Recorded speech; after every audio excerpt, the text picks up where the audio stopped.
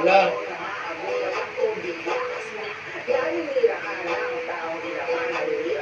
Yes, the golden rule.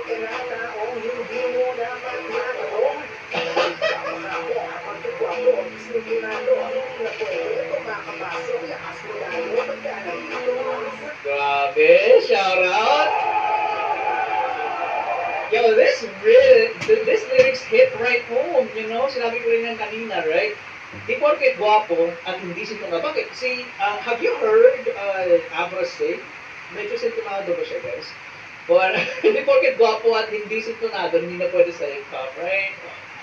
Okay. Okay. Okay. Meron pa siyang sinabi eh. Nagulat ka siguro na biglang may sumagot. Ako lagot, nangalagot. Tapos sinabi niya na kasi nga, nanira ka ng taong di naman nanira sa'yo. Exactly, right? Life should be easy. But people sometimes choose to complicate things, right? Can we just follow the golden rule and just have everyone go by their business, mind their own business? Pero yung iba talaga, they would have to drag someone down to make some noise.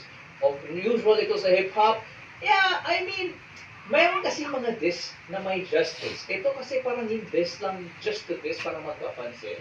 Right? Wala namang ginagawa yung tao sa'yo. Wala naman silang pasamang ginagawa. Usually kasi guys, yung diss track, it is to call out something that is not good. To call out something that is bad.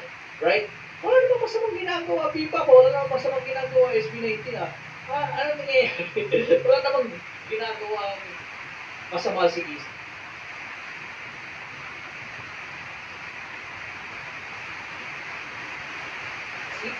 Always grab someone else's voice to do the book. Is that true? For real? Yeah, it must be true. Really? Hey, how are you? In this video. Okay.